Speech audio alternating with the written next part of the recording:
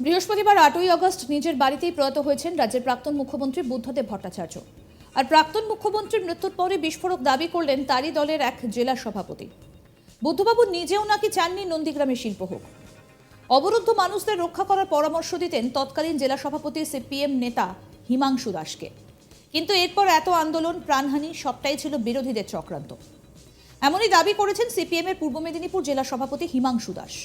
বুদ্ধদেব ভট্টাচার্যের মৃত্যুর পর জেলা সভাপতিদের এই নতুন তথ্য সামনে এসেছে। কি বলছেন পূর্ব মেদিনীপুরের সিপিএম নেতা হিমাংশু বাবু, শুনব। তার সময়ে তিনি যখন মুখ্যমন্ত্রী ছিলেন, আমি তখন সভাপতি ছিলাম খেদিনি। সেই সময় উত্তাল নন্দীগ্রাম কাণ্ড ঘটেছিল। তিনি প্রথমের দিকেই হেরিয়াতে একটা সভা করেছিলেন। তখন আমি সভাপতি হিসেবে তিনি বলেছিলেন যে উনি পাট্টা বিলি অনুষ্ঠান এবং গরিব মানুষকে, ভূমিহীন মানুষদের পাট্টা তুলে দেওয়ার জন্য তিনি নির্দেশ দিয়েছিলেন। সেই মতো আমরা প্রায় 1,500 মতো পাট্টাদারকে সেদিন আমরা পাট্টা তুলে দিয়েছিলাম ওনার হাত দিয়ে।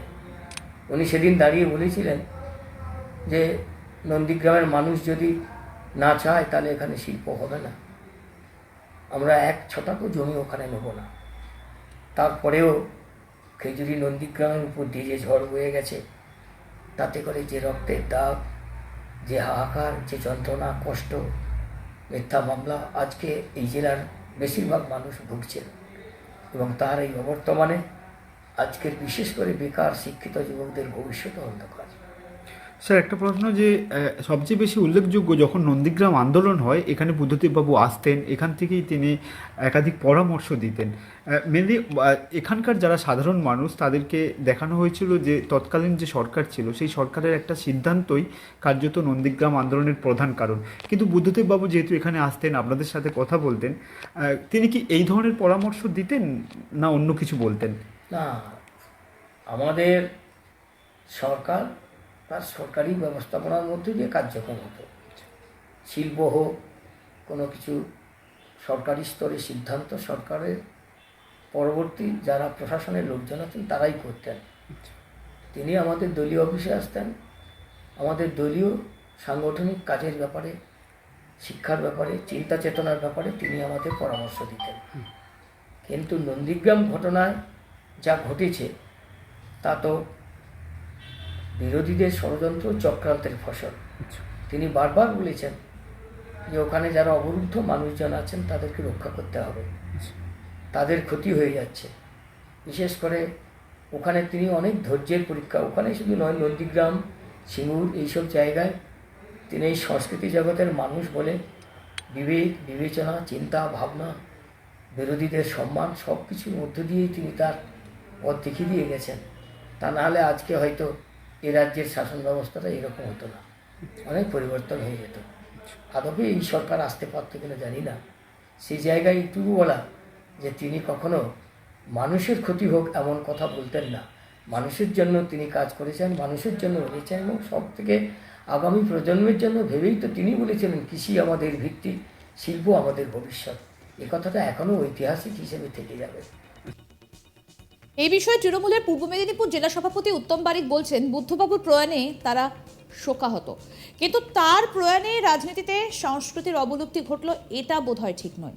শুনুন কি বলছেন তৃণমূলের জেলা সভাপতি উত্তম বারিক, শুনুন। না, নিশ্চিতভাবে অবসান নয়।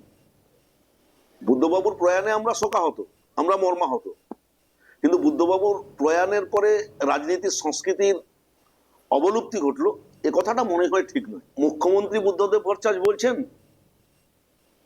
না বামফ্রন্ট পরিচালিত সরকার বলছেন, দুটোর মধ্যে কিন্তু পার্থক্য রয়েছে। ব্যক্তি বুদ্ধদেব ভট্টাচার্য কবি, সাহিত্যিক, তিনি বাংলার মুখ্যমন্ত্রী হিসাবে যে সংস্কৃতির ধারক বাহক বা সংস্কৃতিকে মানুষের কাছে বজায় রাখার চেষ্টা করেছেন, কিন্তু বাংলায় 34 বছর ধরে মার্ক্সবাদী কমিউনিস্ট পার্টি সেই সংস্কৃতিকে মানুষের কাছে পৌঁছাতে দেয়নি, বা বাংলায় মানুষের গণতন্ত্র প্রতিষ্ঠিত হতে দেয়নি।